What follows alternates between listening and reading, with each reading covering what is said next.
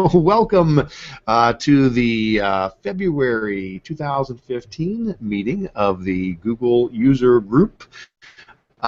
This is the combined Spark Google User Group and the GEG Ohio Google User Group, but we are all inclusive. So anybody who wishes to watch and join and be part of this, you are all very welcome to do so. If you've got an interest in Google Apps, that's really all that matters.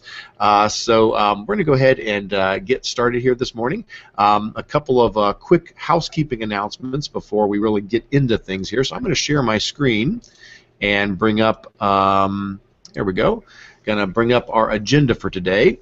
The first thing that I kind of want to draw attention to is how to get to all the stuff that we're going to be talking about here today. So if you've come across this video in recorded format, or if you're watching it some other method and you're not really sure where all the notes and such are for the meeting, I want to draw your attention to this web address I've got up on the screen right now, which is in the shared agenda for today.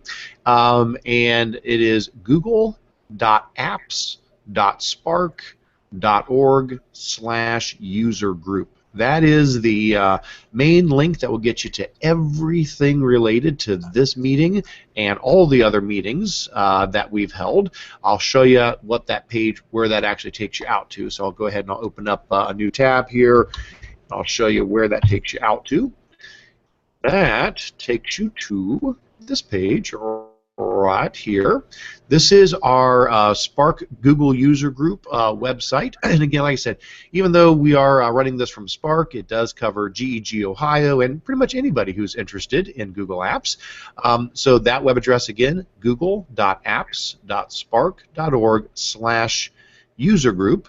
And that'll take you to a website where we have all of the information about our meetings. We try to do one per month, and we try to do them on the third Friday of the month.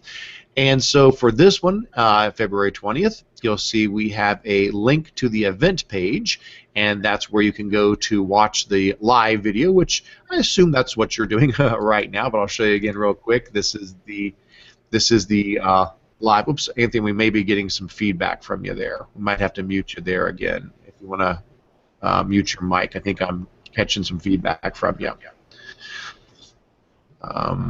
Give you a second to take care of that. Oh, there we go. All right. So this is the event page, which again, hopefully, that's where you're at so that you can watch the live video. In addition to that, right next to that link is a column with the meeting agenda. And you'll see that we have a Google document. If you click that link, that will open up that Google Doc. And hey, we got a bunch of people in there. Fantastic. Welcome, everybody. Thanks for being in there with us. This is where you can find all of the links for everything we're going to be talking about here today. And if you've got things to add to this, this is an editable document. You can type in your own ideas and items and resources. There are definitely some sections in here where that would really fit in well. There's a spot down here which we call Show and Tell, and we would love to hear from people if there's neat new things that you know about with Google Apps, or some best practices you'd like to share, or something just awesome happening in your school with Google Apps. I'd love for you to fill that in. There's a spot for questions and answers. If you've got something you'd like to throw out to the group that we can chat about, that'd be fine as well. And really pretty much any part of the agenda. It's all editable, so we welcome you to follow along in the agenda, but also to add your own content as you need to.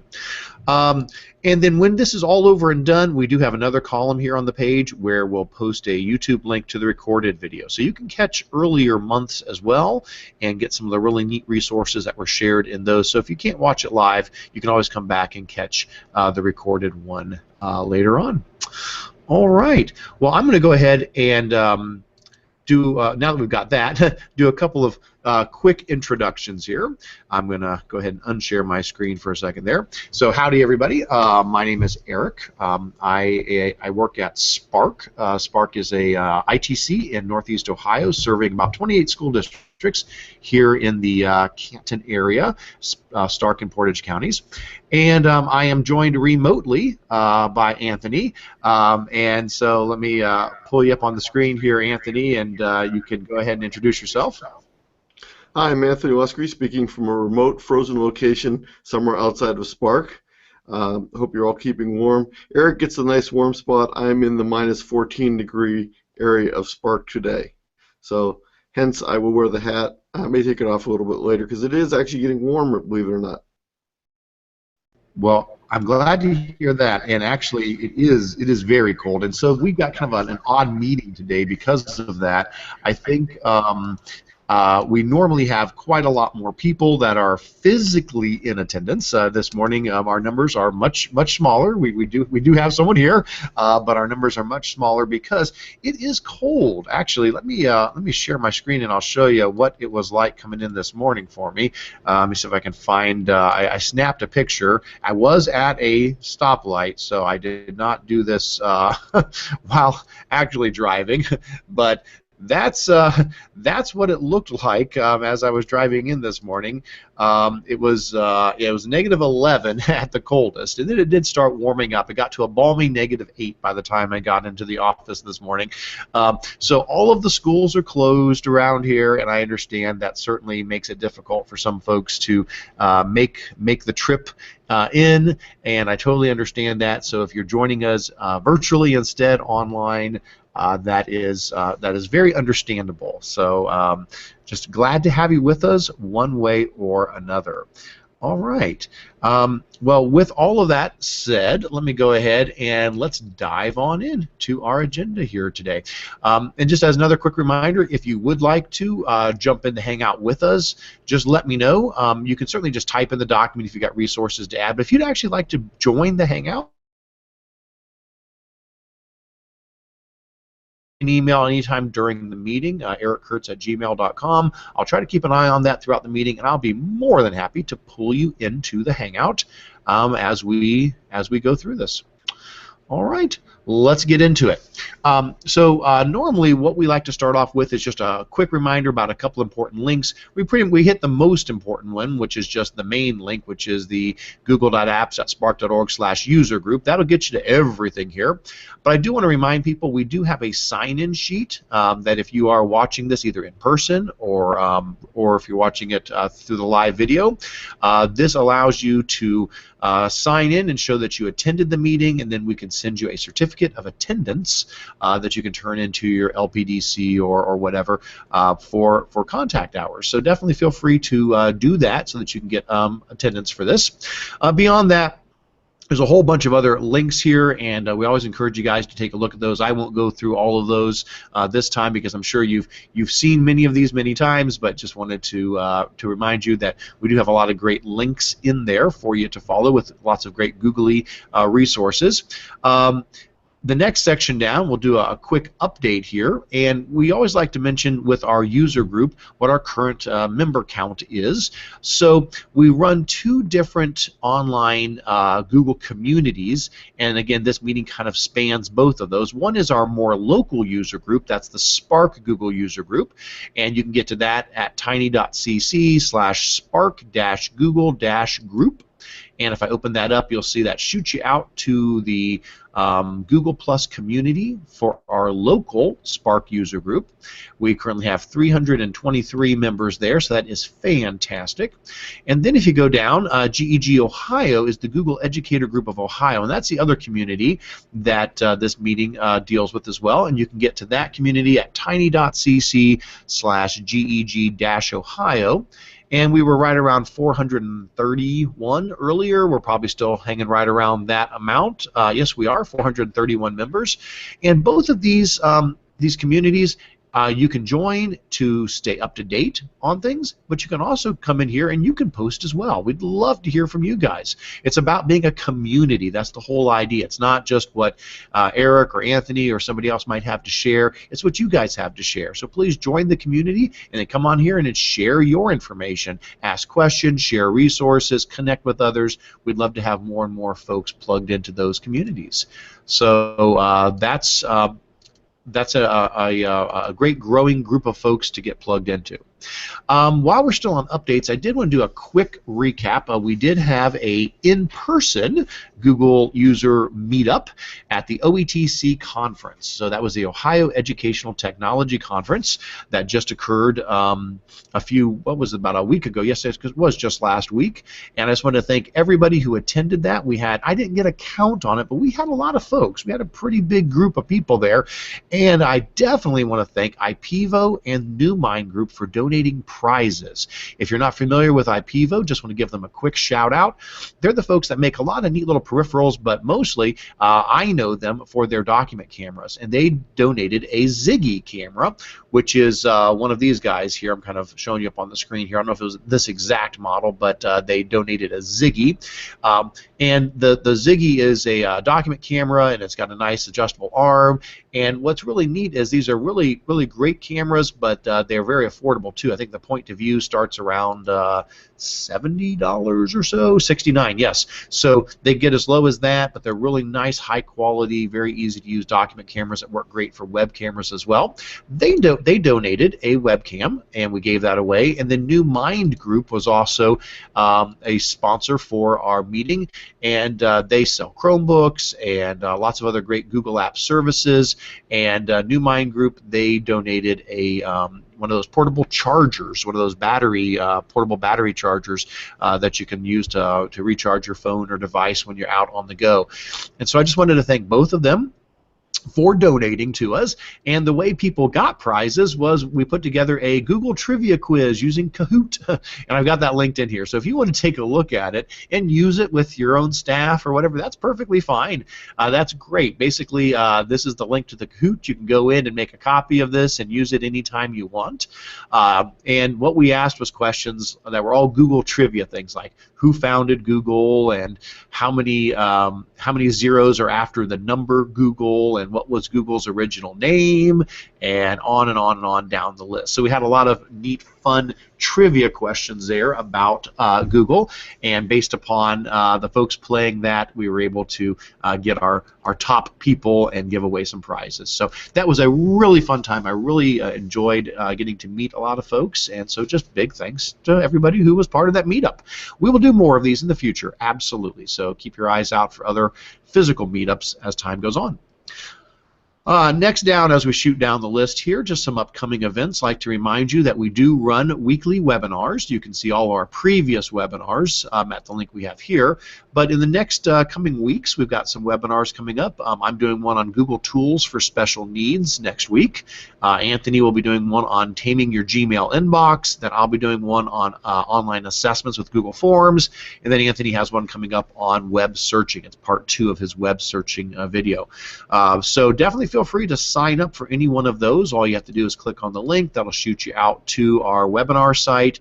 There's a big register button where you can go to sign up for any of these webinars, and then at the time of the actual webinar, you can come back to this page to play the live video to watch it, and then after it's been done, you can always come back to the site to watch the recorded video. We also include help guides and a quiz you can take at the end to earn a certificate of attendance. So it's another great way to get some hours. So always like to remind people that those are coming up. And then we do have some upcoming conferences. Right around the corner, we have NeoTi. That's 2 Saturdays from now. NeoTi is going to be up in, I believe, Beechwood, and that is a great conference, so we're hoping to see lots of folks there. Anthony and I know, will both be at the NeoTi conference. And then shortly after that is the NeoTech conference, March 20th. And the registration is open, so if you have not yet registered for NeoTech, that's going to be held at Kent State University, and that is on Friday, March 20th. There's a link there on their website to register for that. And that one I'm going to go just a little bit deeper into because, guess what? March 20th is the 3rd Friday of the month, and that's when we hold our Google User Group meetings. So Anthony and I were chatting about this, trying to figure out, well, what should we do in March? Should we move it to a different Friday? Should we, try to reschedule it? Unfortunately, March is just packed.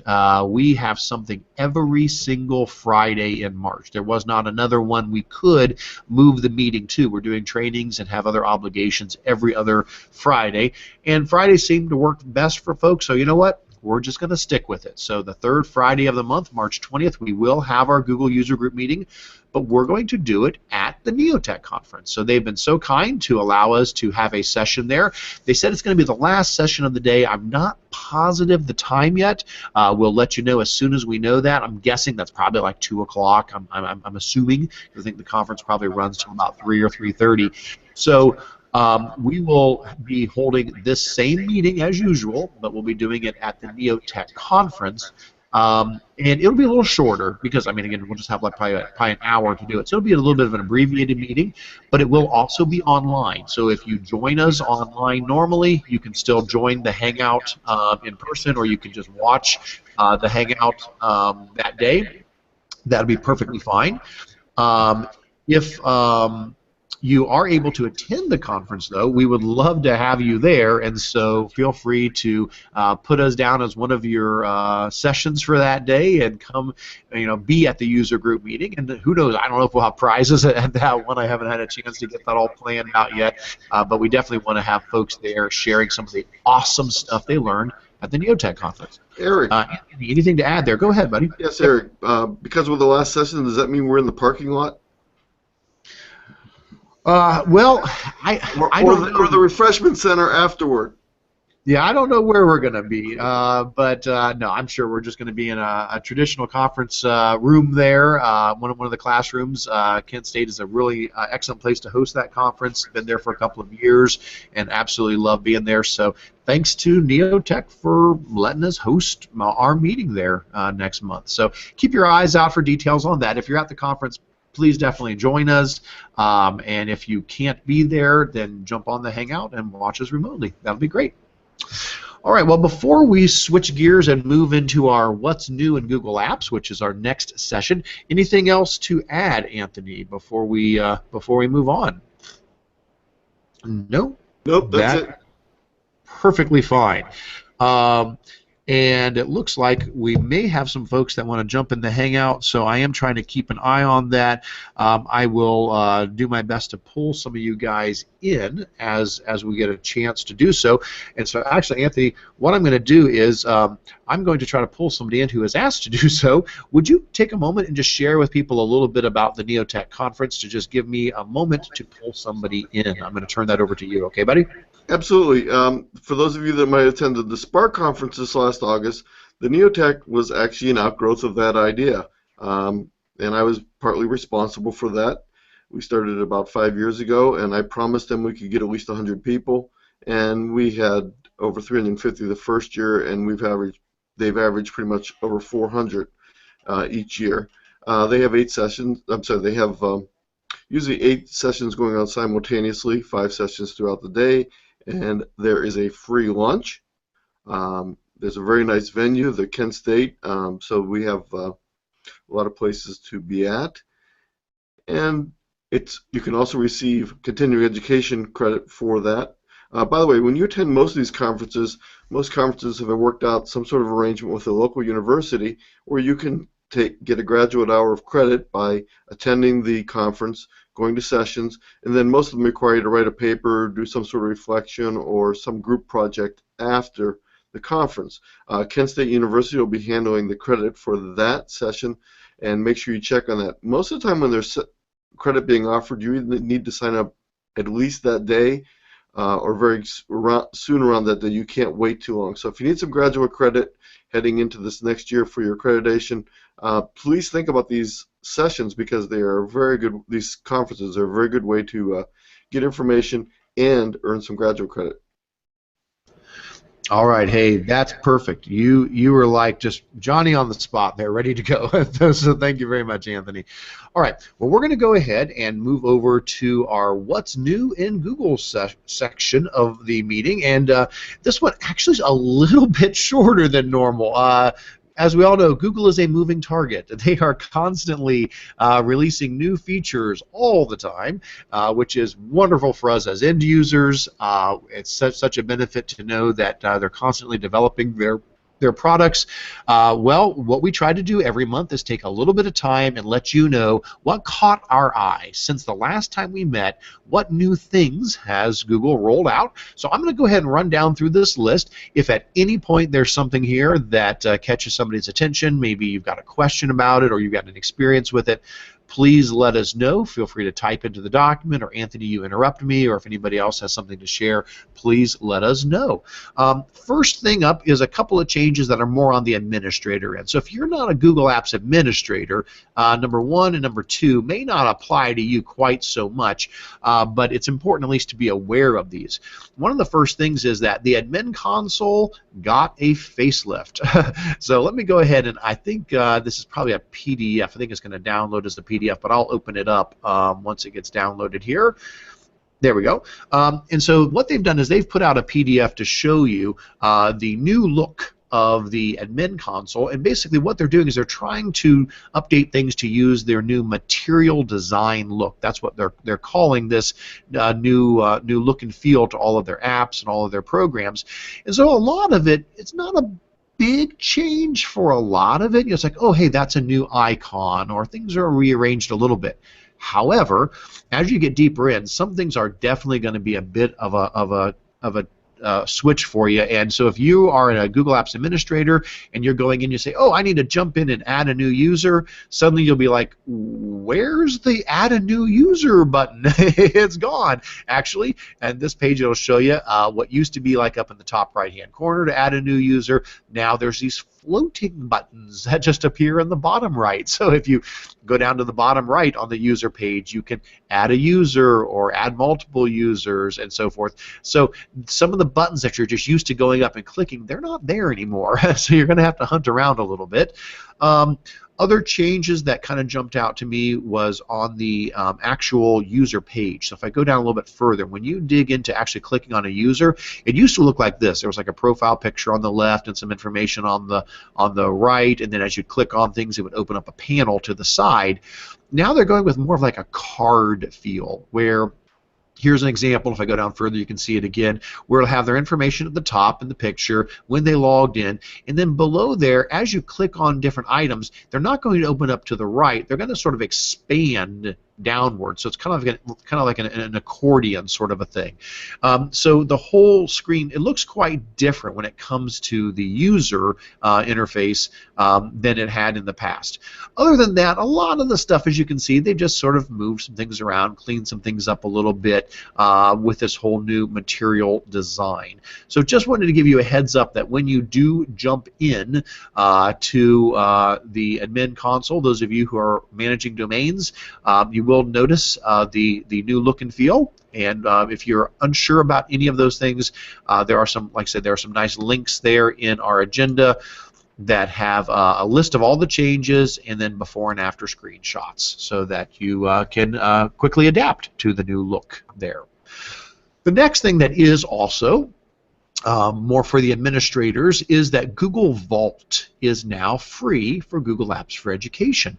Now, Google Vault has been around for a while. This is not a new product. Google Vault first came out for the business users of Google Apps, and then they made it available to education, but at a cost. Google Vault basically is an email archiving tool. Now, by law, in Ohio at least, I'm sure it's probably pretty much everywhere, we are required to archive our email for our staff because of public records requests. If somebody says, hey, we've got a concern, we've got an issue, we need to see all of the emails that dealt with this particular staff member or this particular topic from these dates to these dates, schools, we have to provide that. That is something that we are required to do by law. And so we have to retain our email messages as well as other public documents that people might want to see. So this was an option that schools had, but it was an option that cost. I believe it was around $10 per staff member per year. It was free for students, that they didn't add to the cost, but just for the staff members, that was a chunk of change. You could be spending several $1,000s a year to be able to be running the Vault program. Well, wonderful news. Google mentioned back in the fall that they were going to be making Vault free for schools, and that has happened. So what I'm going to do is I'm going to go ahead and drag over from my other screen my admin page. So let me grab my admin page here, and I'm going to drag this over here so you guys can all see it, hopefully. All right, I'm just adjusting a couple things on my screen here real quick. There we go, excellent, looks good. So this is the Google Apps Admin console here at Spark, and if you want to get into Vault, you're like, okay, so it's new, it's there, it's turned on, it's free, how do I get there? Well, it's one of your regular Google apps. So when you go to your admin console, you would choose your apps icon here. And then from your apps icon, you would go to Google Apps. It's one of the core apps with things like Calendar and Contacts and Drive and Gmail. It's way at the bottom, and you'll see it down there, and it's called Vault. And you can give that a click. And from there, it'll have a link to take you out to the Vault service. So it's a little different than most of the things. You're not going to stay in the admin console. You're actually going to jump out of the admin console, and you're going to be going to ediscovery.google.com/discovery. That's the link to Vault. So that'll actually take you out to Vault. And when you get there, this is Vault. And we're not going to turn this into a whole big old lesson on Vault. We could definitely do that at some point if that's something that's valuable to people. I'm just going to give you the really, really, really quick overview idea. Basically, there's a tab here for retention where you can go in and you can set your retention policy. So you can have none, which you certainly wouldn't want. You do want to set something. You can either set it to retain data indefinitely, which means basically it will record emails and save them forever. Or you can set a special number of days, a specified number of days.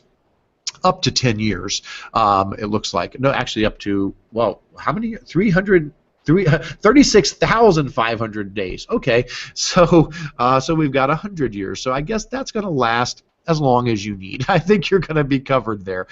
So you can set the amount of days that you want as well as just having it done forever. So that's nice. There is no limit if you want to go with the indefinite setting. So anyway, you can go ahead and set your retention period, and then anytime you need to run a search for email, what they do is they call these matters. So a matter is an issue that you need to do an email search for to pull up emails from the past, and so you can go in and you can create a matter anytime you want to create one. Now I created one just called test, for example here. So if I go into my matters and I click on test 001, what I can do once I'm inside of that matter is I can create searches. And so I went ahead and I created a quick search here. And so this search says, look for any email that involved eric.kurtz@apps.spark.org, so that's my Spark email, that included the word bootcamp, because we do a Google Bootcamp. I said, oh, I'm sure I'll have some emails related to that. I could have put in start dates and end dates and all these other items as well, but I'll just go with something real basic like that and hit search. And then what you'll see is it goes ahead and it pulls up all of the emails, and there's page after page after page of these I could scroll through that deal with that I was involved in it, and it dealt with bootcamp. At that point, if I wanted to, I could go up and click Export Results, and I could export those out. It exports them as what's called an MBOX, M-B-O-X, MBOX format that can then be read by other programs as needed. So you can do a full dump export of those if you need to do that. So that's a really, really quick overview of Vault. I will say it also does have a drive component, but sometimes people get a little confused. Vault does not archive drive. It just archives your email. It lets you search drive. So if I wanted to go and say, oh, I want to search my drive for things that are really related to me and have something to do with boot camp, absolutely. I could do a search through my drive, and I'll probably get all sorts of documents and things there. But it's not archiving it. So the idea is if somebody deletes something from Drive, they throw it into their trash, and then 30 days later the trash gets emptied, it really is gone. Okay, so it's just Vault gives you an easy way to search your drive, but it does do the actual email archiving. So if somebody deletes an email and goes into their trash and empties it, and they say that email is totally gone, no, it really isn't. Vault still has an archive of that. Oh, last thing I'll say about it also is Vault is retroactive. So if you say, oh, that's fantastic, it's free, I'm going to go in there and turn it on and get it going.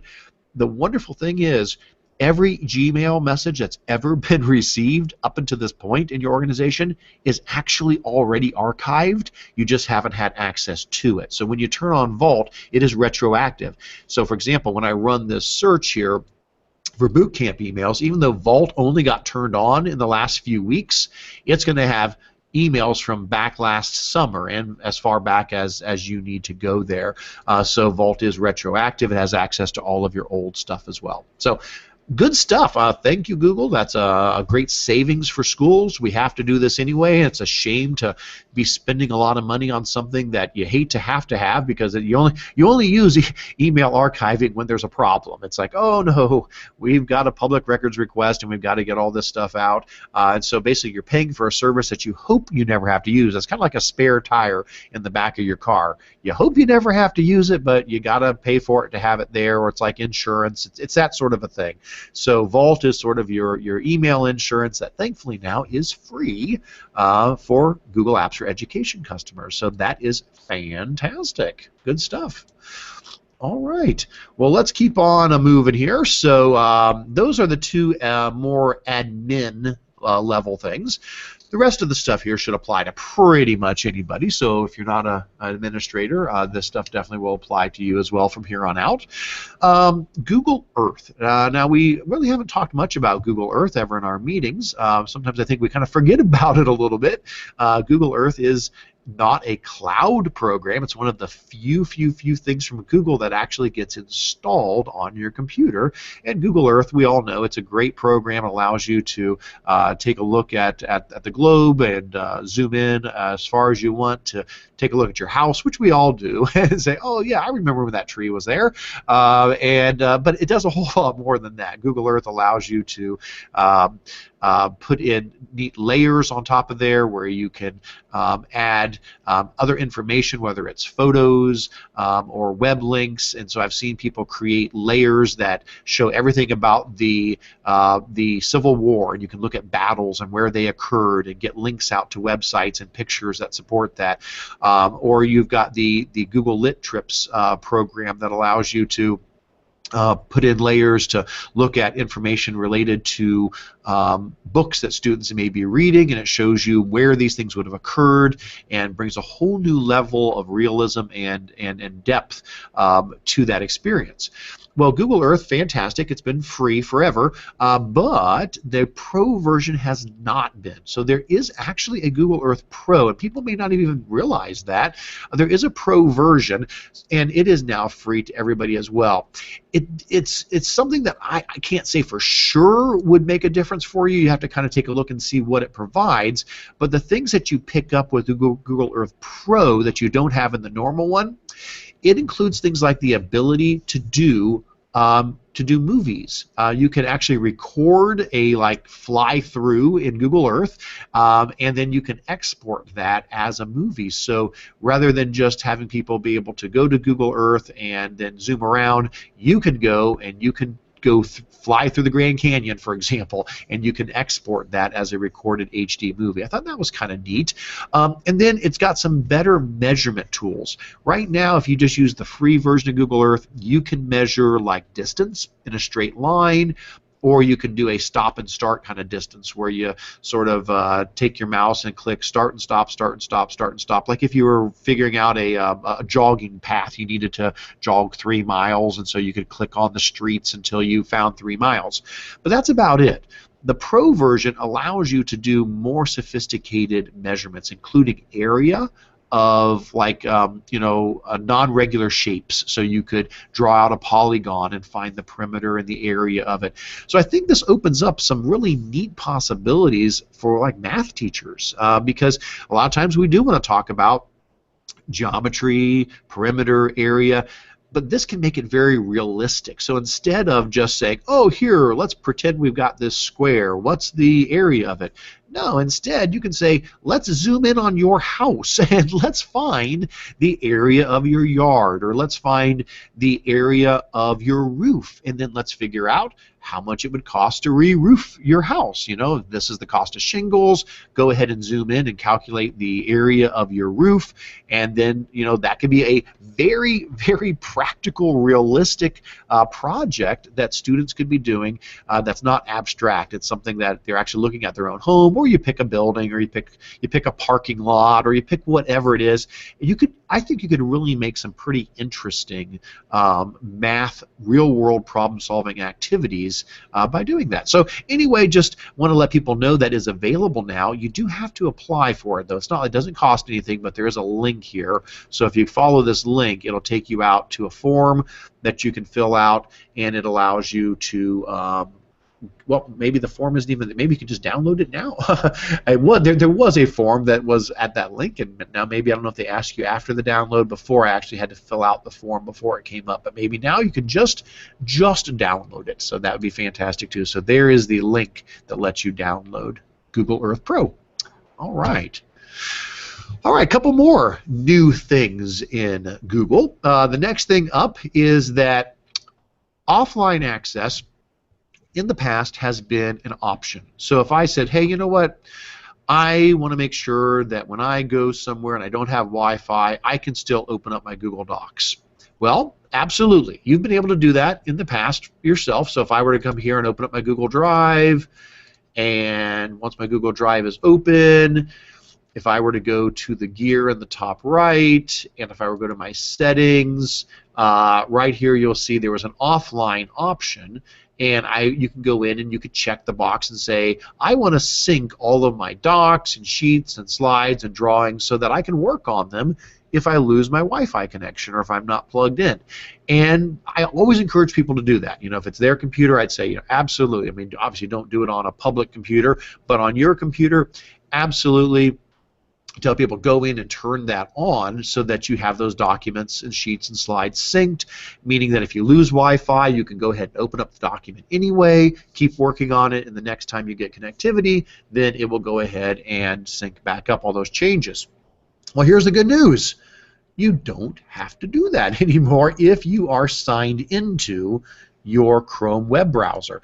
So the news is that if you are signed into Chrome, it will automatically turn on offline access. And by signed into Chrome, what I mean is, if you're in your Chrome web browser, and if you click on your little settings button up here, it should say signed in as, and if it doesn't say that you're signed in as, it'll have a link there to sign in. It'll say something like click to sign in.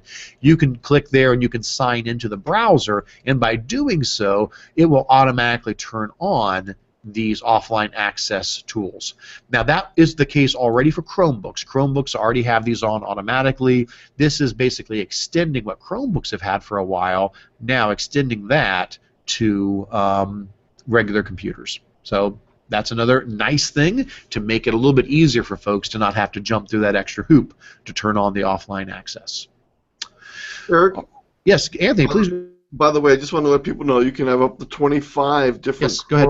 user accounts, so you can keep track of them and log into Chrome under the specific account that you want to be able to use to match your Google Apps account, so that you're not intermixing the two.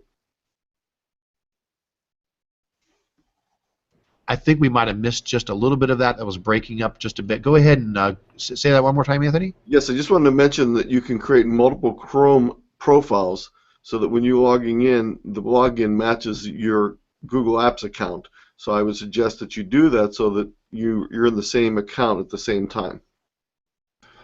Yeah, absolutely, and I know that's something that is very important to mention. Thank you for bringing that up. Sometimes I forget to mention that because it's just sort of second nature now for me. But I'll pull my screen back up here. What Anthony is mentioning is you can have multiple accounts for Chrome, multiple profiles. So for example, if I go up here to the top left and click on my little guy up here, I've got profiles for basically every school that I assist, as well as my personal profile and my Spark profile.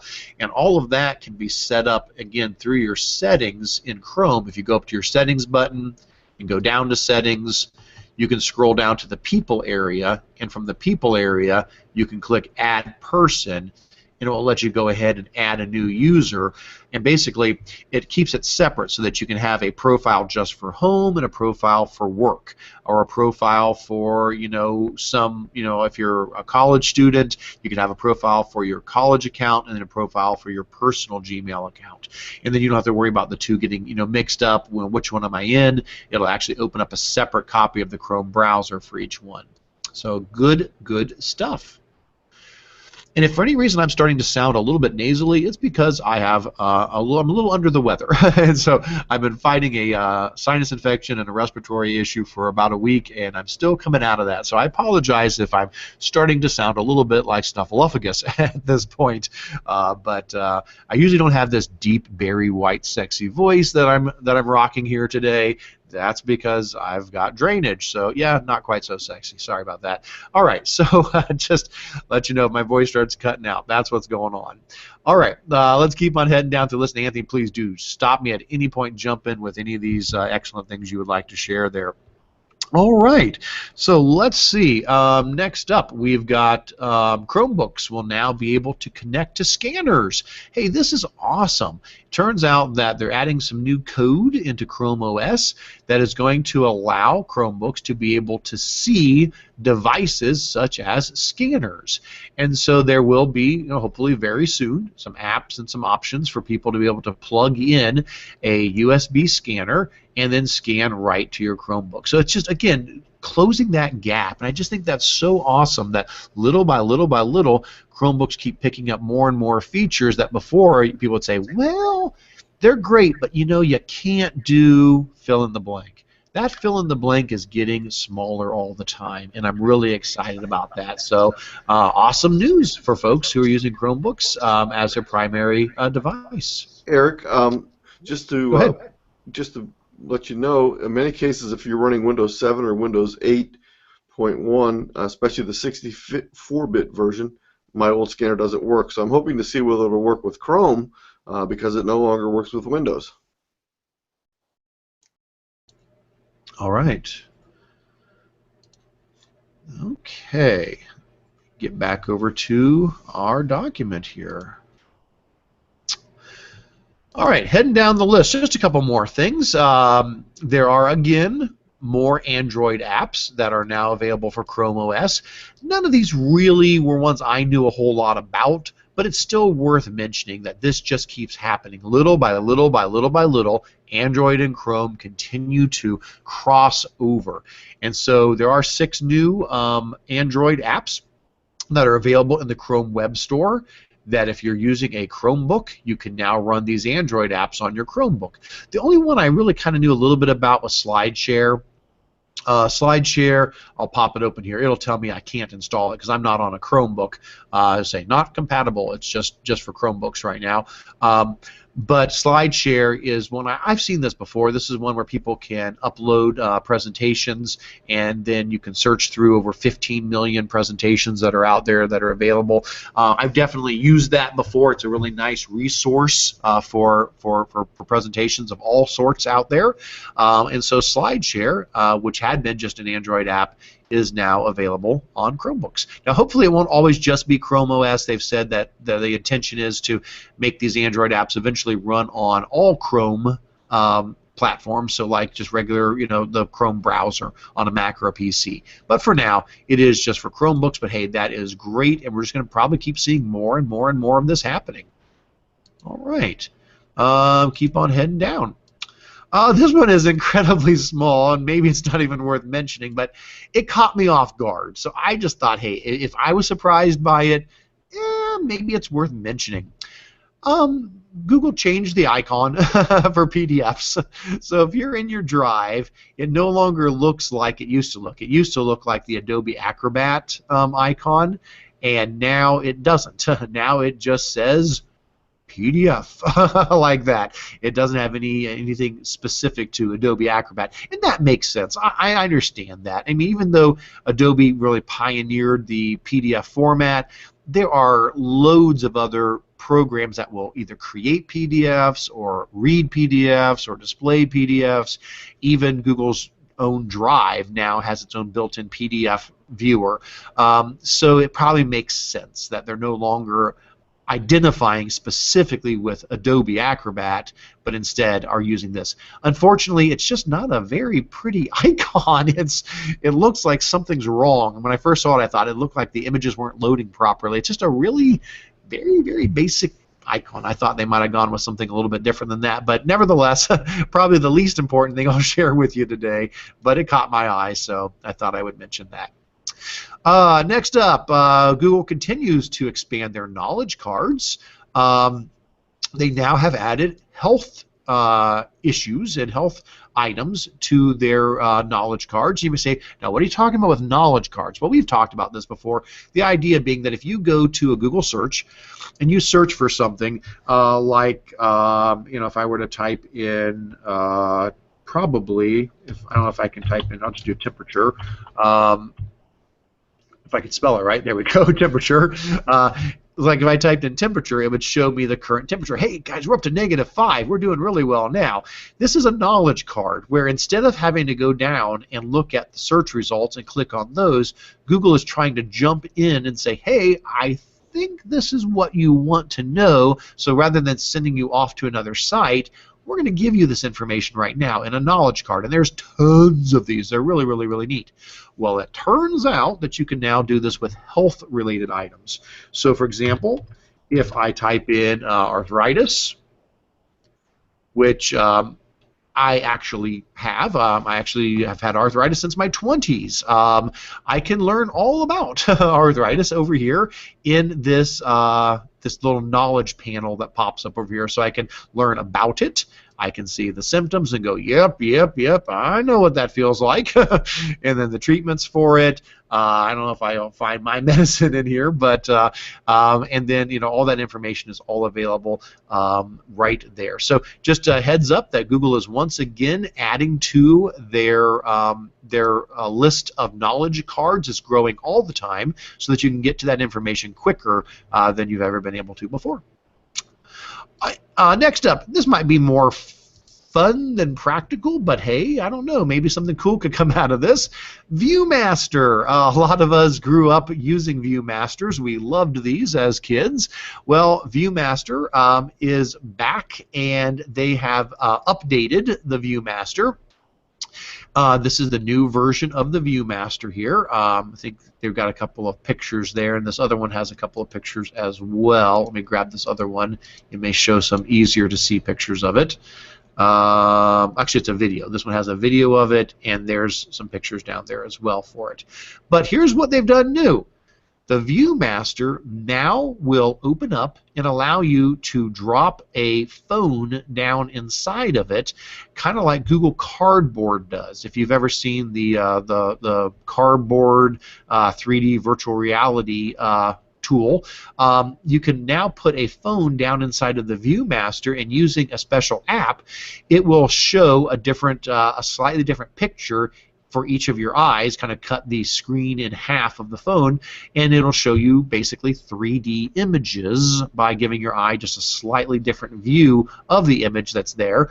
And so now we've gone digital with the ViewMaster. Now, again, I don't know exactly where all this might go and how it might fit into a school setting, but I think it opens up some really neat ideas. If you wanted to allow a student to get a little bit more immersive view of something that you want them to see, whether it's a location, whether it's an animal, whether it's a 3D shape in math class, this would be an option to give a little bit more realism to that. So kind of curious if it's just going to be a fun little fad, or if some folks in the education world will jump on it and do some neat things with the ability to use a ViewMaster with your Android phone now. Now, it is Android at the beginning. They said they are going to have options for iPhones and Windows phones as well, but out of the gate, it is for Android phones. So I thought that was kind of cool.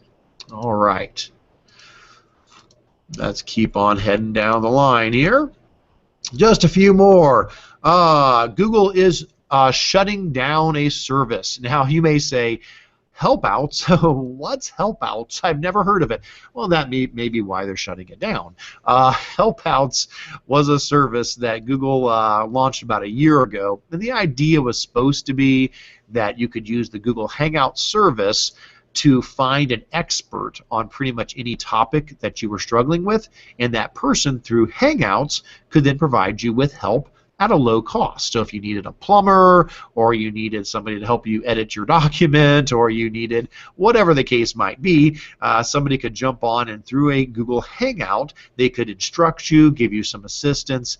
It just didn't take off, apparently. So that is one more item being added to the Google graveyard, and so that's sad. However, the thing is, it still lives on in spirit, though, because Hangouts are, a wonderful tool. They're not going anywhere, and I think people are using Hangouts anyway to help each other, even without this organizational service that Helpouts provided. All right. Next up, this is just a rumor. No guarantee about this, but it's a rumor that's at least worth taking a look at. The rumor is that Google is going to launch a hybrid device sometime early this year. And the idea would be that it would be a laptop form factor that would function as a Chromebook, but if you were to pop the screen off of it, it would detach. When you pop the screen off, it would then move into Android tablet mode at that point. So you dock it, it becomes a Chromebook, you undock it, and it functions as an Android tablet. So we might maybe for the first time finally see a true hybrid between Android and Chrome. We'll just have to keep our eyes open on that one. Not sure, but worth being aware of. Next up, Google Science Fair. They do this every year. It is launching right now, and so students have between now and, I'll have to check. I don't know if I remember the final date that things are due by here. I'm looking down, and I don't see the date at the moment. Sorry about that. I'll have to dig a little deeper. But their science fair is launching, where students can go and submit projects online to win prizes, and there's all sorts of awesome things they can plug into. Let me go to the website. It'll probably say there. That may give us the date for when this is due. There's how to enter, lots of great information about it. All right, I'm not seeing a due date right now, but I'm sure it is there for you if you go ahead and dig into that. So this is a great opportunity for students in your school to be creative and say, okay, let's invent something. Let's come up with a new idea on how to solve a problem that we're facing, and plug into the Google Science Fair as a way to share their results. So encourage STEM teachers and science teachers and folks in engineering programs all around, please take a look at the Google Science Fair and find out how your students can get involved in that. And last update, unless anybody else has one to add to the list, is the one that comes up every month. I might as well just leave this one on the list. Every month, Google Docs for mobile always gets some kind of update. This month it's for Android, so if you're using Google Docs as a mobile app on your Android device, you can now do a few more things, such as you can now insert links into your Google Documents. That's been added. And if you're using Office compatibility mode, so you're working on a Word document rather than a Google document in Google Docs, you can now do selecting, cutting, copying, pasting of text, images, tables, and charts. So the point is, every month we seem to see some new thing that has popped up in here about how the mobile apps are getting closer and closer and closer to the desktop version that we see. And that's fantastic, because we are seeing a lot more folks who are working off of their phone or off of a tablet. And if you're using the mobile app, then you end up kind of sacrificing something in the process. Well, we're closing that gap more and more and more, and that's exciting to see. All right, well, I'm going to pause there, and Anthony, I'm going to see, do you have anything to add at the moment? Oh my gosh, there's all kinds of stuff showing up in our document. Our document is growing. So I'm going to pause there for a second. Anything to add, Anthony? No, I'm just busy answering questions. So I'll keep giving me questions, and I'll keep trying to put answers there. Okay. Well, Anthony, if you would, it sounds like you're reading through these. If there's things there that are for the good of the cause, have you seen something there? I've got the Q&A up on the screen right now. Would you like to address any of these things for everybody who's watching? Yeah, let me just give a brief rundown on some of the items. The NeoTi conference, even though I've written most of the details there, is a first year that they're doing it. It's a number of people that you would recognize their names and their faces if you saw them. It's some very high-level technology coordinator veterans in the area that have put this together. It's work of multiple schools. It's going to be held at Beechwood High School on the 28th. That is a Saturday, and they are going to have 4 breakout sessions throughout the day with approximately 6 to 8 presentations at each one, and a keynote. Breakfast and lunch are free. The problem is it is sold out. They set the limit at 200, and they've already filled that spot. But they've since then added a waiting list button. So if you're interested in attending, I would definitely get there quick, get on the waiting list as high as you can, and maybe you'll get a chance to go. By the way, both Eric and I will be presenting multiple sessions at that conference. And then just a little plug someone put in about the Anthony Wayne conference coming up, the Create conference at Anthony Wayne High School coming up in June. Another high quality conference with lots of great sessions. That's located in Northwest Ohio. And I also put in a little blurb that we are having our conference, of course, in August 7th, which seems quite a far away, but it's less than 170 days now. So we will be working on making that more information available on that as we go along each month. That's about it. I'll keep answering. Keep asking. All right, I appreciate you doing that. As I'm looking down through there, I do see we've got a couple more below there. It looks like we've got one on how does, and by the way, guys, definitely, this is fantastic. This is exactly what we hope people will do. The Q&A section, this is just what it's for. Please do. And if we don't have an answer to something, somebody probably does. And this is a great way to get those questions out to people. So, for example, I see one here about how does the offline access work if you're managing multiple Chrome profiles. For example, I lose internet connectivity, and I'm currently logged into Chrome under Profile A, but I need to access document in Profile B. Will I be able to get to the documents in B without internet access? Yes, the answer is absolutely. If you lose internet access, that does not in any way prevent you from switching to a different profile. So, for example, while I'm here on my my regular Windows computer, I can at any point go up to the top left, click on my little profile button up here, and I can grab any other profile I want, and I can open up a different profile. Now, I'm using the old style profile manager. You might not see it there. It may be in the top right for you instead. There is a different little profile manager button at the top. I flipped a switch in my settings to, because I like the other one. I'm still partial to the drop down menu there, but there is a new one up here in the top right you can click on that will open up the profiles as well. And so you could absolutely just switch over to the other profile, or actually have both open at the same time. It does not require internet access to open up the other profile, and then once the profile's open, all you do is just go to drive.google.com.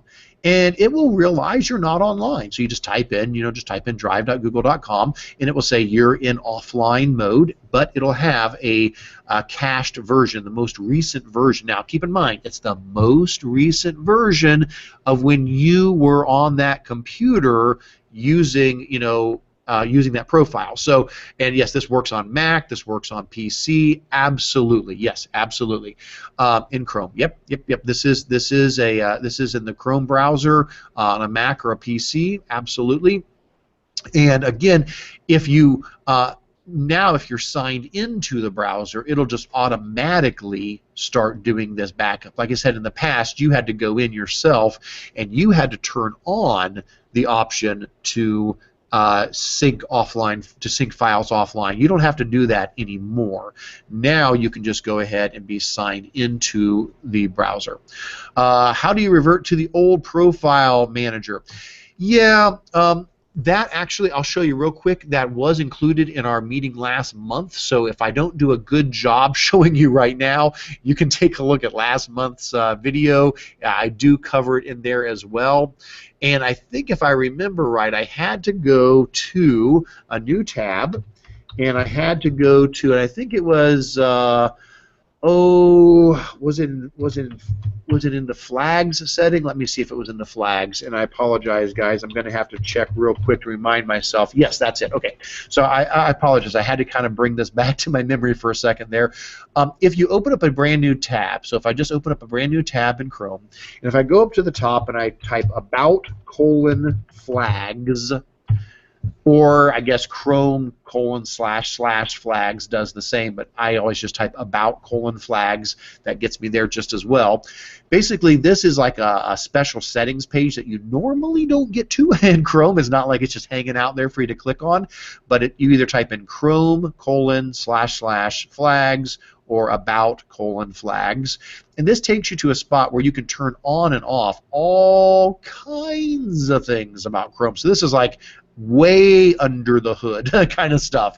Well, once I get there, if you just run a quick search, so Control F and search for profile, and when you do Control F and search for profile, it'll bring up any match for profile. Let me zoom in because there's no way you guys can possibly see that. That's probably too hard to see there. But once I get zoomed in and I go to the profile section, you can see that you've got the option to turn certain things on and off with profiles. And what I did was right here where it says enable the new avatar menu, I made that disabled instead of default, I think is what it was. I switched it to disabled. The new avatar menu, that's the one that pops up in the top right. I didn't like it because it didn't give me a whole lot of room. For most people, it's probably fine, but seriously, I do have like 25 profiles, one for every school I help, and then I have to start deleting them because I need more room for more. And it's a lot easier for me to get a big, long list by using the drop down in the left. So that's what you do is you go in, you switch it to disabled, and after you do that, you'll have to hit save. I don't know if the save is at the bottom. No, it just pops up and asks you to save and I think it just asks you to restart Chrome. So after you switch, it'll say this change will occur once you reboot Chrome, and so you can click reboot. Chrome opens up again, and it switches you back over to the old version of that. So you certainly can do that.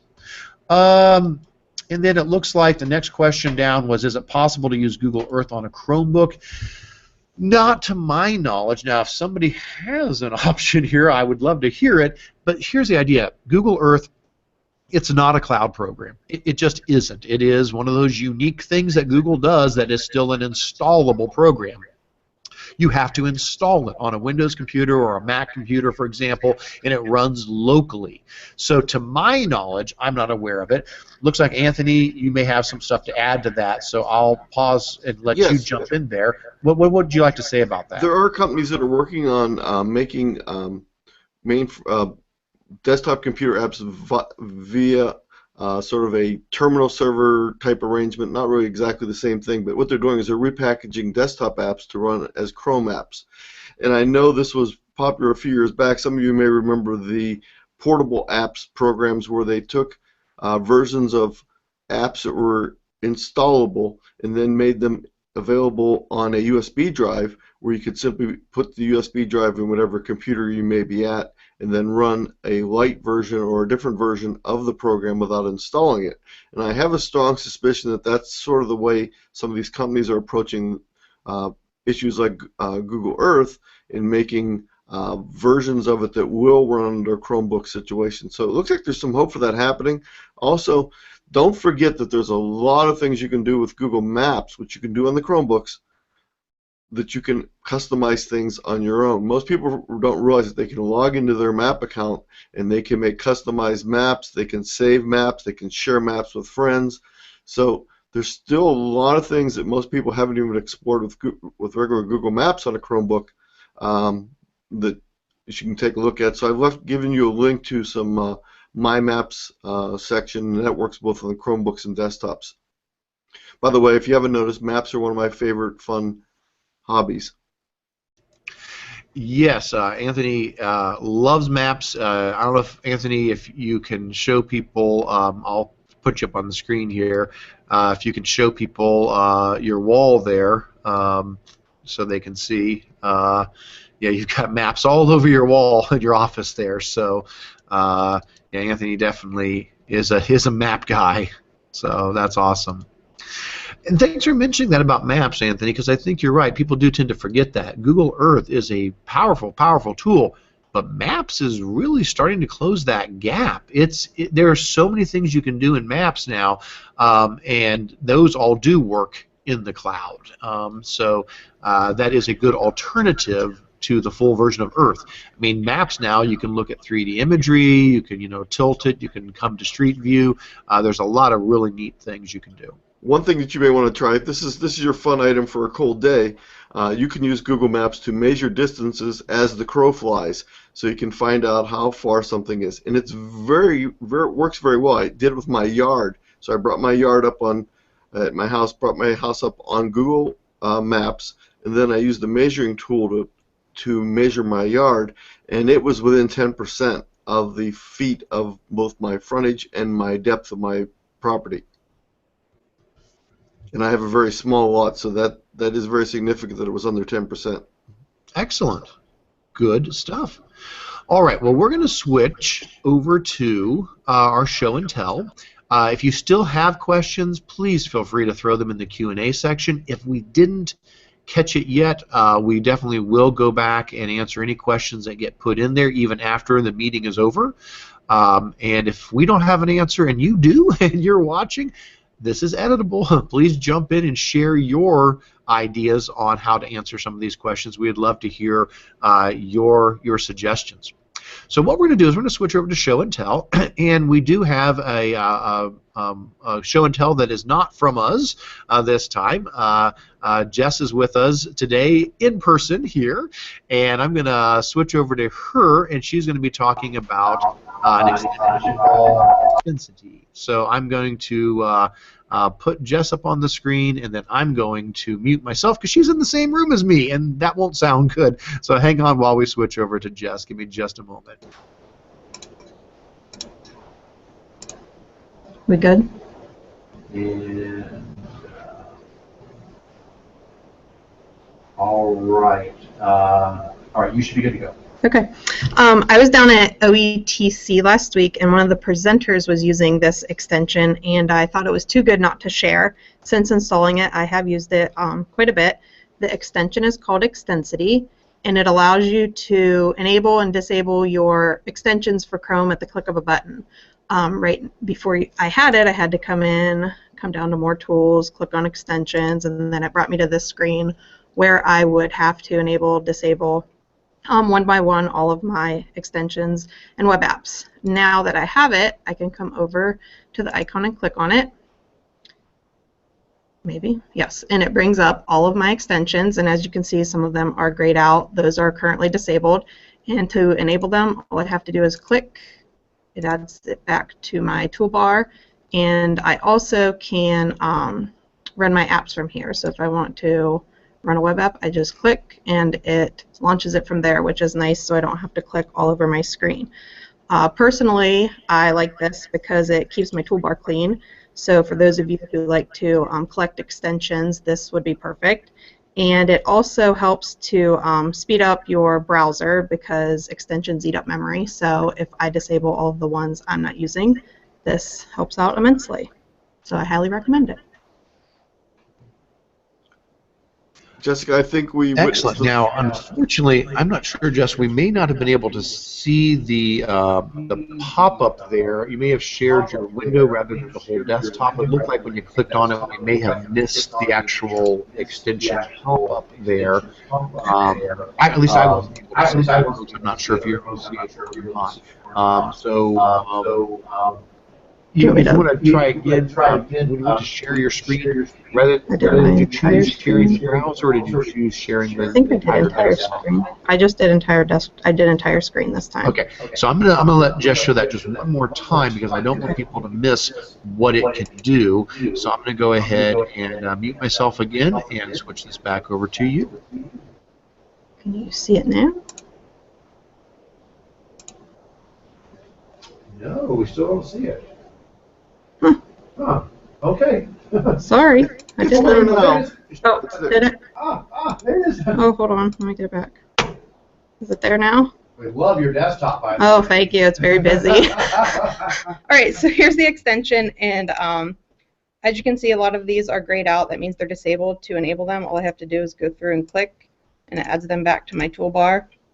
And I can also launch my web apps. So if I want to launch my calculator, I just click and it launches. So it's kind of nice just to have everything up here instead of having to click all around and do it behind the scenes. I like having it all out here, and it keeps it nice and organized. Excellent. Yeah, that really is great. And I think you hit a lot of good points there. I love extensions. I install extensions all the time, right? And you have several problems from that. They eat up memory. Absolutely. If their extensions aren't like apps, extensions do actually sit in the computer's memory. Anything that's showing up, in your top toolbar there, and that can slow down the computer over time. Whereas apps obviously don't. They don't run till you launch them. And so being able to turn extensions on and off quickly, boy, that's a lifesaver rather than having to go into your settings and turn it on and turn it off and so forth. That's a really quick way, just a boom, boom, boom, be able to enable or disable an extension whenever you need. I like that a lot. And that was called Extensity. That is in the, go ahead and pull this back up for everybody to see. That is in our agenda there. There's a link right out to the Chrome Web Store that Jess has put in there for us, and you'll see there's the Extensity extension, and you can go in and just add that to Chrome if you would like to install that. So fantastic. Thank you very much for sharing that. All right. Well, I'm going to run through a couple here as well, and if there's anybody else out there who has something you'd like to share, we would love to hear from you. So again, the show and tell is really open to everybody, so if there's something neat your school's doing, or if there's something, a new trick or tip you've discovered in Google Apps that you'd like to share, we would love to hear from you guys in this show and tell section. Well, I'm just going to touch on a couple of brief things, and then once we get through that, we'll switch over to Anthony. He's got some things to share. Then I'm going to take a look at any comments folks have made. And I apologize, I might have missed somebody who has asked to join the Hangout, so I will do a quick look to see if there's anybody who wanted to jump in after I run through these, and if so, maybe we'll pull in a few other people that may have something to add. But I'll just need a chance to do that while Anthony's talking here in just a bit. So let me go ahead and hit a couple of quick items I wanted to share. These are very quick.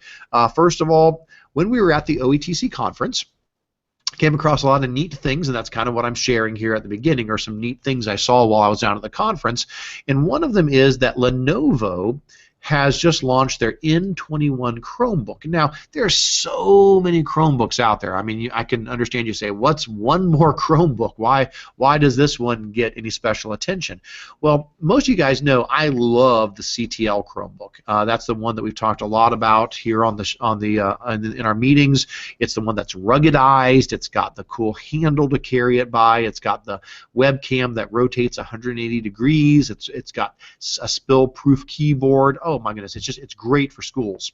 Well, it turns out that Lenovo has now made a model that is very, very much the same. They're not like copying CTL. As you know, companies don't really make Chromebooks. They're like, Dell and Lenovo and HP. They don't really build their own Chromebooks. They're basically branding them and having some other company, probably in China or somewhere, actually build the Chromebook.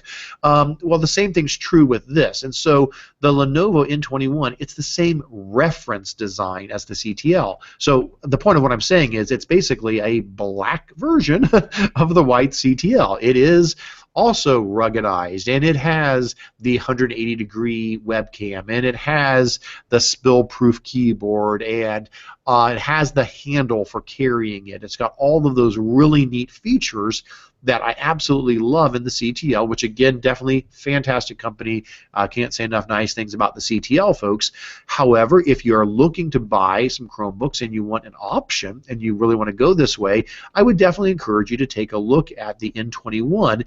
And the big difference is the price. They've got two models, and the first model is at $219 for a 2 gigabyte device, and for 4 gigs, it's $239. That is really impressive. Oh my gosh, to get a ruggedized Chromebook with all of these features starting at $219, that I think is definitely going to push down prices on other competing Chromebooks as well. But it's just worth mentioning. These are great for schools, again, because of the extra protection. You don't have to necessarily buy a case. They kind of have their own case. They are their own case. And this isn't a really good picture. You can't see real well, but there actually is a handle that pops out of where the hinge is at, so you can carry it like a little briefcase. And it's really nice. I like this reference design for a Chromebook quite a lot. So I just wanted to give people a heads up that if you're in the market for Chromebooks, that's another one to keep your eyes on. The next two things I want to mention also came about because of the OETC conference, and these came from a session I was doing on improving the writing process with Google Docs. Now, I've been doing this session for quite a while, but you know, you're always adding new things. You're always looking for new ideas and new things. And so as I was coming up to OETC and I knew I'd be doing this session again on improving the writing process with Docs, I said, well, I better check. Are there some new tools out there? Are there some more things I ought to add into this? And I came across two new things that were a great fit for that presentation. So I now have added both Draftback and speech recognition to my handout on improving writing with Google Docs. I didn't put the link to the handout in here. I'll throw that in as well here in a bit. I just wanted to show you these two pieces, though. The first one is called Draftback, and this is an extension, so you would have to go out to the Chrome Web Store to install it, and there it is, Draftback. That is the extension. Now, what does Draftback do? Well, what it does is it allows you to basically play back your revision history, kind of like a movie, like a video that you're watching. So let me show you. I'll grab an example here. Let me see if I can find. I think I've got one that yep, here it is. I'll pull it over to the screen. So let me pull over. There we go. So here is a doc that I wrote up earlier today. I just put this together earlier today, typed this up, and what happens is, we all know Google Docs keeps track of every change you make, and we're used to that. If you go up to File and you go down to See Revision History, this is old, this is nothing new, we're all used to this. You click See Revision History, and then you go back and look at all your details, and it says, okay, at these different times, this is what the document looked like, and and this is the changes you made, and this is a change you made, and it shows you all the changes that you've ever made to a document. That's fantastic. We could talk about revision history a whole lot. There's so many really awesome ways you can use that in a classroom setting. Okay, well, the new twist is Draftback. So since I've installed the Draftback extension, I have a new button up here now. So in the top right-hand corner, you'll see there's a button that says Draftback, and if I click on that, it'll generate a preview. And then once it's generated, I can click on View and watch what it does. It basically shows the creation of my document sequentially, basically how I typed the document. I can actually watch the revision history played out. Now, if it's too slow, there's a slider over here. I can make it go faster or slower. And there's also a slider across the top I can click on to jump to different spots in it. So I don't have to really let it go this slow. I can speed it up. But the point is, it's going to show the full creation of the document, all the changes that I've made to it. Now, this is really powerful because let's say a student has typed up their story, their essay, their article, their poem, whatever.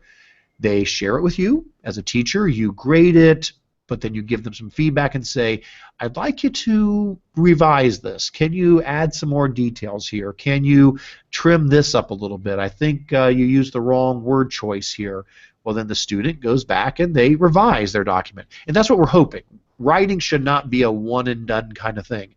Writing should be a process. Write, revise, keep working on making it better all the time. Well, now, if you get that back and you want to really take a look at how the student made changes to their document, oh, sure, you could still use regular revision history, but you can also now use Draftback, and actually it's like looking over the shoulder of the student. You can be watching what did they do, how did they make these changes, or if this is a struggling writer, you could say, well, what is their writing process? How actually do they write? you could actually watch them writing their document this way and see all the changes they've made, the order in which they made them, how they did that. And it may give you some insight into their writing process. And so obviously you couldn't do this with every student. That would take a long time. But for a student who's struggling, this may give you some really neat insight into how all of that was done. So definitely encourage the Draftback extension as an option for getting a little bit more out of revision history. The second thing down is speech recognition. Now, speech recognition is an add-on, so this is not an extension, this is an add-on. So in Google Docs, if I click on add-ons, these are my add-ons I've got installed, and if you click Get Add-ons, you can go out and find other add-ons that you would like to install for Google Docs, okay? We've talked about add-ons in the past. I think we did a pretty deep look at add-ons for forms back in our, I think it was our December show, maybe? November or December, we did forms. Well, same thing for docs. There's lots of great add-ons. Well, a new-ish add-on, I don't know how long it's been around, but it's kind of new to me, is called speech recognition. And so with speech recognition, if I come here to my add-ons and I've installed it and I choose speech recognition and I click Start, what it does is it opens up the normal add-ons panel over here on the side, and it's going to allow me to speak to my computer, and it will basically do speech to text transcription. So it's like I'm dictating.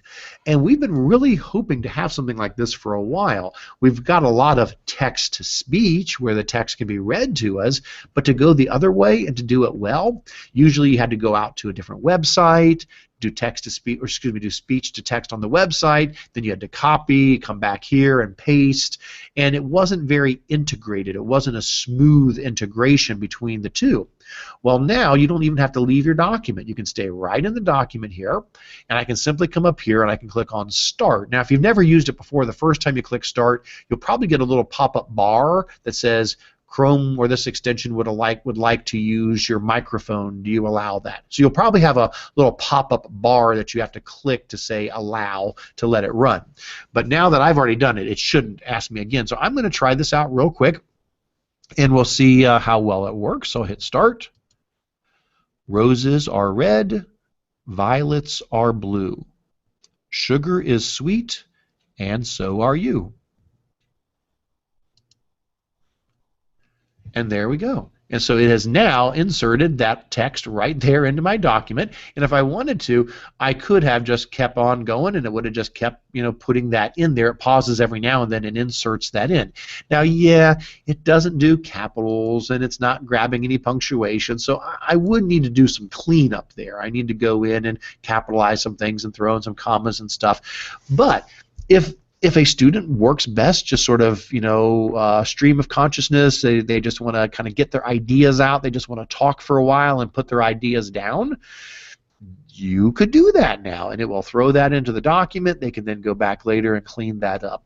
So I thought it was worth noting that that is now getting us a little bit closer to what we've been really hoping for a long time, which I'm just kind of hoping for a button up here somewhere that's a like a microphone button in Docs that lets us do voice to text. Well, hey, we've got something that at least is filling that gap for now. So thanks a lot to the speech recognition folks for putting this app together for us. So happy to have that available. And then the last thing I'm going to mention, and then I will switch over to Anthony, and I'm going to double check and see if anybody else would like to jump in the Hangout or if there's any other questions or comments, is something I picked up from GAF Chat the other night. Now, you remember last month, the January meeting, we talked about GAF Chat. And GAF Chat is the Google Apps for Education Twitter chat that goes on the first and third Tuesday of every month. If you're not a part of it, you need to get involved in this. It is phenomenal. It is such a great opportunity to connect with other Google using educators on topics. We've got the chat they've got the chat archives there. They just did one on Google Forms. They did one on writing before that, paperless classroom, Google Apps in general, coming up this next time, which will be, I think, into March, March 17th. There's going to be one here on using Google Plus as a social learning network. Oh, I'm sorry, March 3rd. March 17th is the next one after that. Sorry about that. So March 3rd is Google Plus. March 17th is digital citizenship.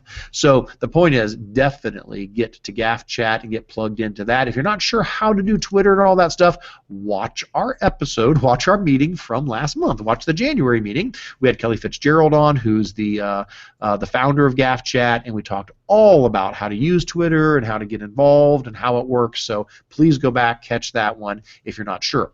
Well, here's the point. While I was in GAF Chat this last time, they were talking about Google Forms, which I love Google Forms, use them all the time. They're phenomenal. Came across a pretty neat idea that, you know, I guess I kind of had realized, yeah, you could definitely do this, but had never tried it myself. Well, Marlene Harris, here's her Twitter handle there, she shared this, and it's a link out to a video. And I won't actually play the video right now. I'm just going to pull it up here. I'll pause that there. And the video is from Eric Erickson, which I've got to get behind a name like that. I mean, how can I not be in favor of somebody named Eric Erickson? But he's got this video, that just like 2-minute video, that explains the idea of password protecting a Google form. So let me show you how that works. I've actually got a form here on another page. Let me again pull it over.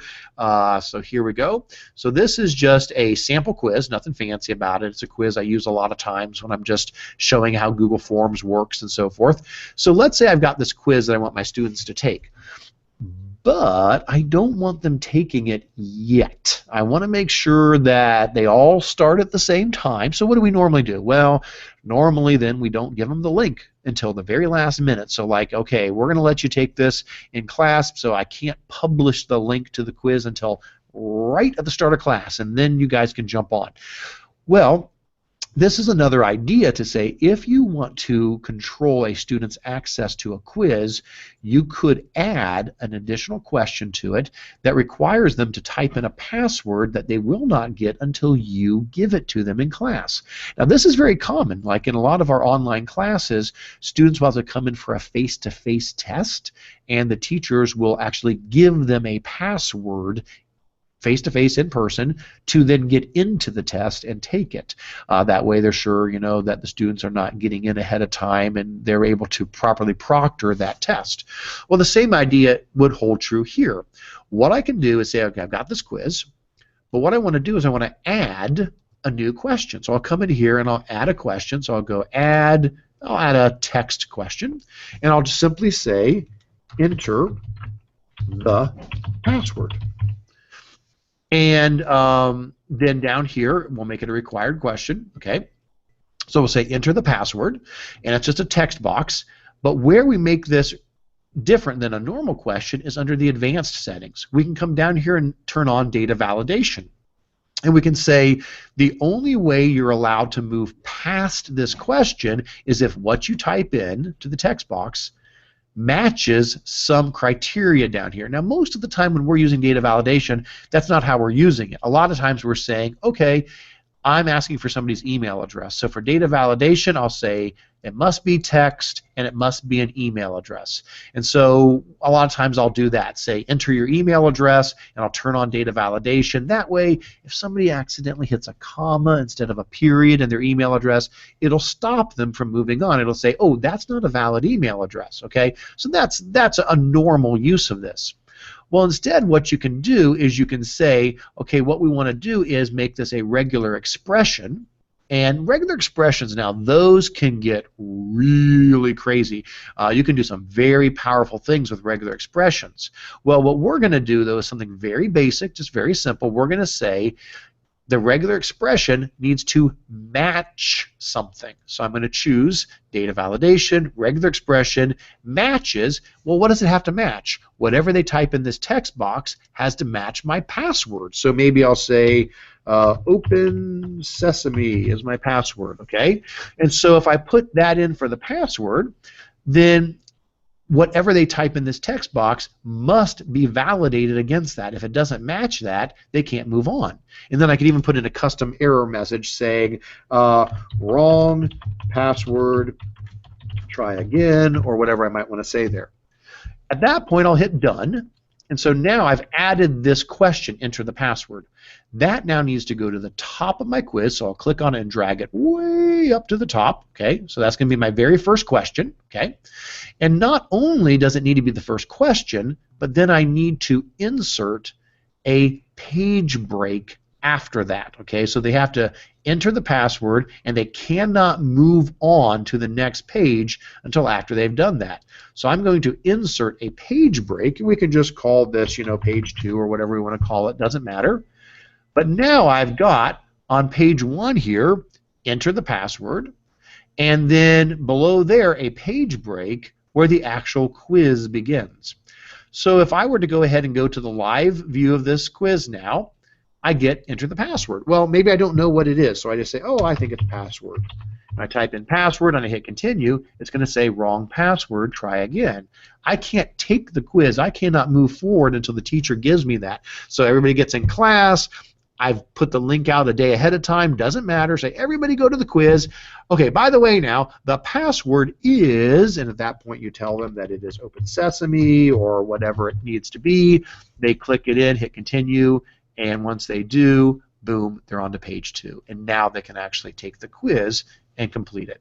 So I thought, what a neat idea for using the data verification or the data validation tool that so many times we use for email addresses or things like that. Data validation can also be used for a password protection on a quiz. So a big thank you to both Marlene Harris for sharing that in the GAF chat, and for Eric Erickson for putting together a video at this link that explains it as well. So that's that. I'm going to go ahead and pause there, and I'm going to see, Anthony, if you have got some things queued up that you would like to share, and I'm going to double check and see if anybody else had anything to say or wanted to jump in or whatever while you take over. So over to you, Anthony. Sounds great, Eric. Hey, by the way, if anyone... we cannot hear you. I think you are still muted. Hang on a second. Well, maybe I can't hear you. I'm going to unmute you on this end. Go ahead and say something again. Thank you very much. Perfect. You're there. Okay, thank you very much for that thing on passwords. That was wonderful. By the way, because you can create custom expressions, if anyone does create some custom expressions and would be willing to share them with the group, that'd probably be a very nice resource. So I've already talked to a couple of our programming type guys, and now that they know that Google Forms is here, we did a little in-service in our office. I've sort of said, maybe we might come to you and ask you for some customized format. I'm going to go ahead and share my screen here for a second, hopefully.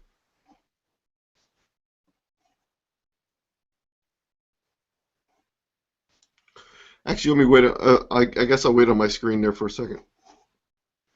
I put a little show and tell in there. It is an example of one of the personal learning style indexes that I created for my talk at OETC. And the reason why I popped this in here is it's created with a Google form. It uses Fluebrew then to assess your results and to email you back. There is a slight delay sometimes because it's not using Fluebrew on the front page, so I can't do an immediate return. It's looking from a later spreadsheet page, so I can only have a trigger to do it once an hour, and sometimes it seems to take 2 hours. But please go ahead and take that. It's a fun little thing. You can also do it with your students. I'm going to be discussing a project working with this gentleman that's from Paragon that did the design this tool, and I'll let you know if I have any more information. But this is just a sample for personal learning style index. Eric, is there anything before I jump into my search and tell? No, you're good. I'm still double checking stuff on this end, so you go ahead. Okay, I'm going to go ahead and share my screen.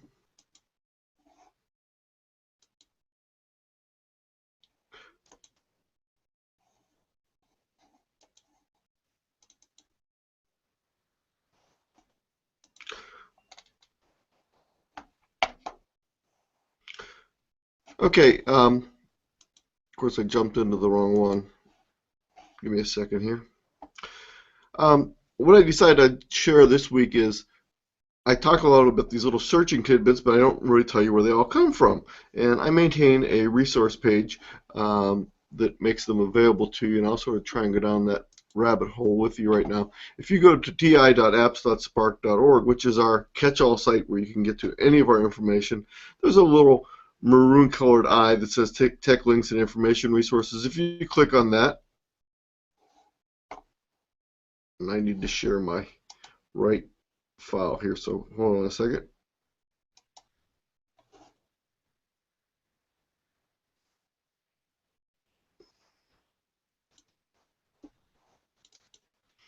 You will see something that looks like this.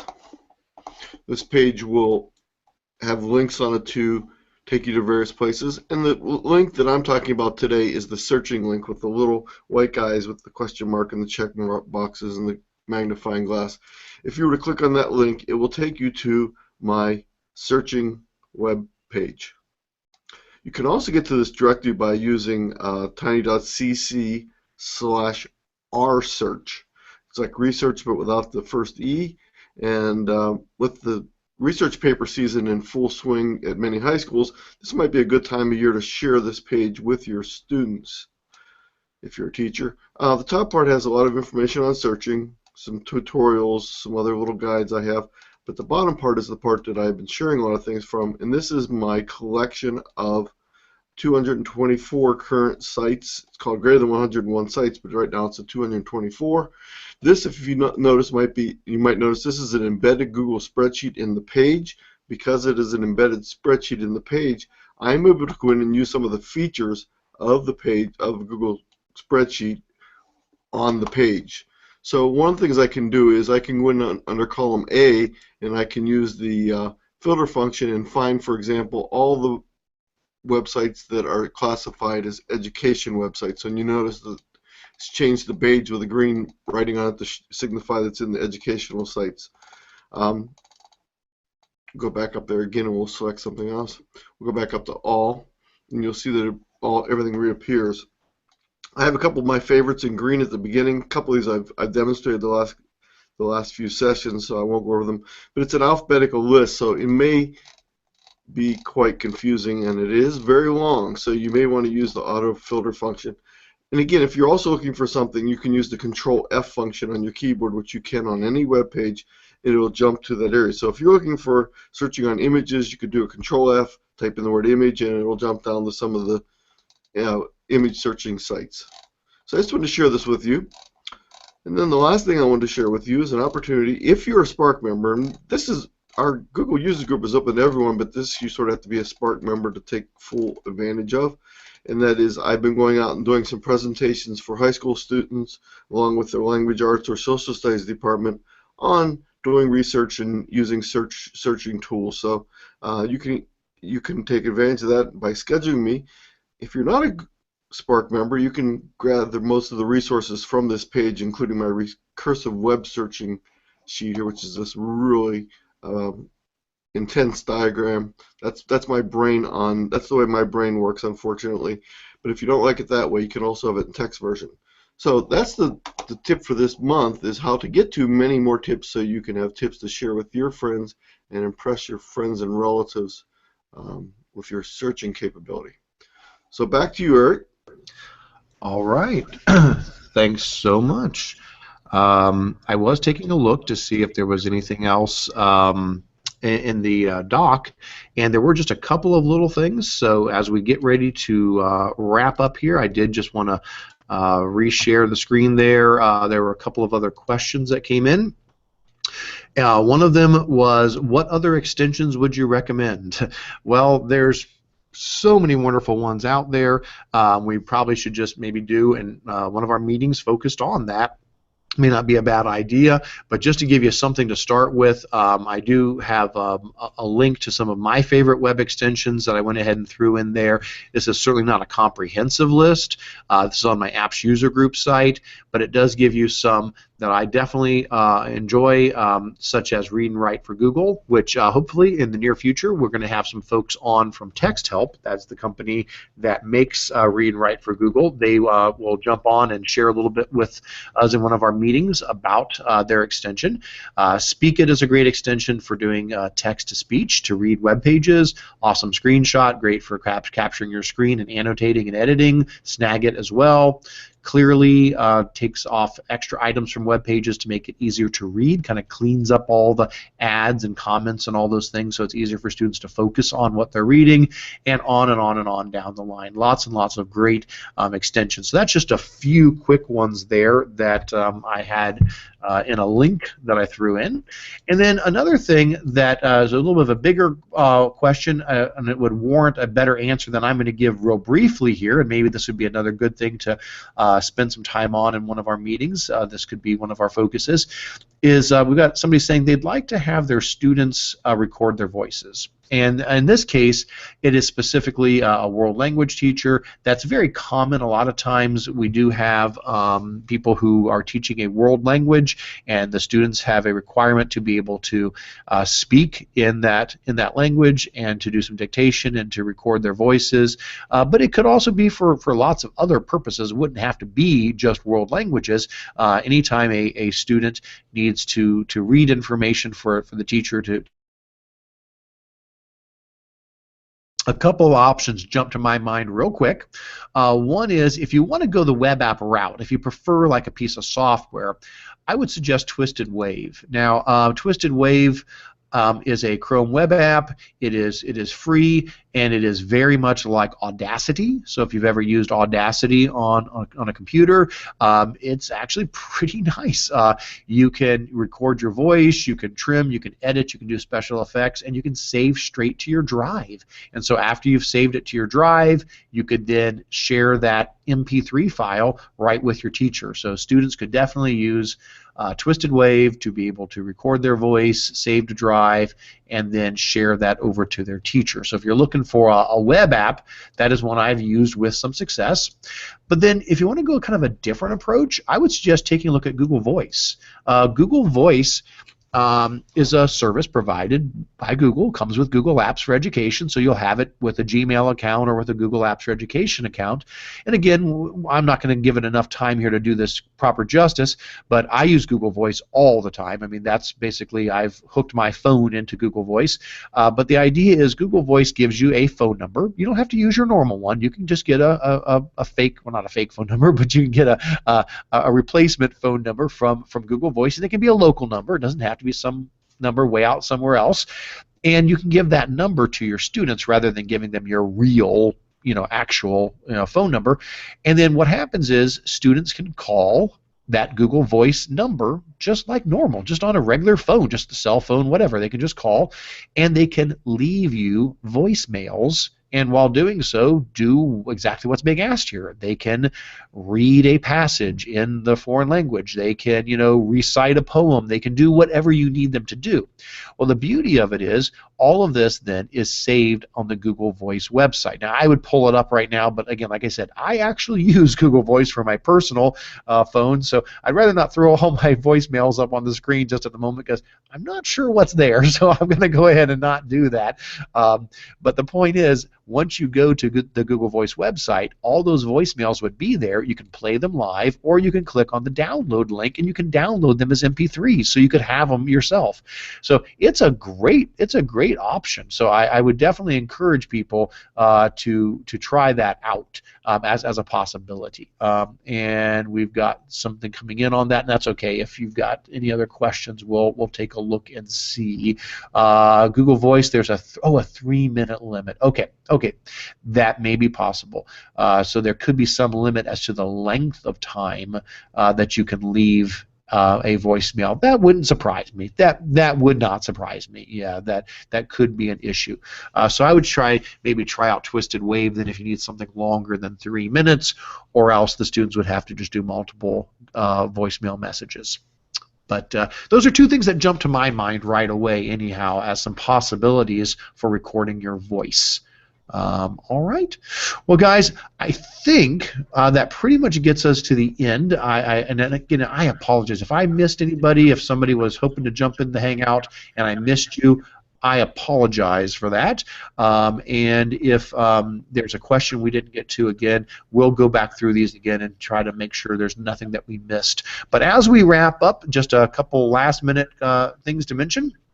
Don't forget, everything that we're covering can always be found on the user group website at google.apps.com/user www.spark.org/user group. And that's the page that we showed you earlier, where you can see the full agenda of all the upcoming meetings as well as past meetings. There'll be a link for each one of them. You can go to watch the live video. There'll be a link for the agenda that you can jump in and edit, and there'll be a link to the recorded YouTube video so you can go back and watch older ones as well. I did get, though, just during the meeting, I found out what time we're going to be doing this at Neotech, and I have thrown that in. I got an email from Angie letting me know that we are scheduled. I just went past it, didn't I? Yes, I did. I flew right past it. There we go. We will be from 2:15 to 3:05. So again, it is going to be a shorter session than normal, but it's better a little something than nothing at all. And if it wasn't for that, unfortunately, boy, we are just absolutely slammed every Friday in March. So thanks to Neotech for letting us host it there. So join us on March 20th for the next meeting. And if you can't be at Neotech, you can definitely watch live and jump in the Hangout as well. So I'm going to go ahead and pull that to a close. Anthony, did you have anything that you wanted to share? Yes, I had something very, very important for everyone. So if you want to switch over to me for a second. Definitely keep your flaps down and keep your ears warm this weekend. That's all I have. Bye. And we're missing your voice, Eric. All right, there we go. I'm back. Well, my voice is cutting out, though, just because of all the illness I've been fighting. So thanks, everybody, for being with us. As always, thanks to Jess for sharing her awesome extension this time, and everybody else, your questions and comments. We look forward to continuing to learn with you each month, third Friday of the month. And take care. See you guys next time.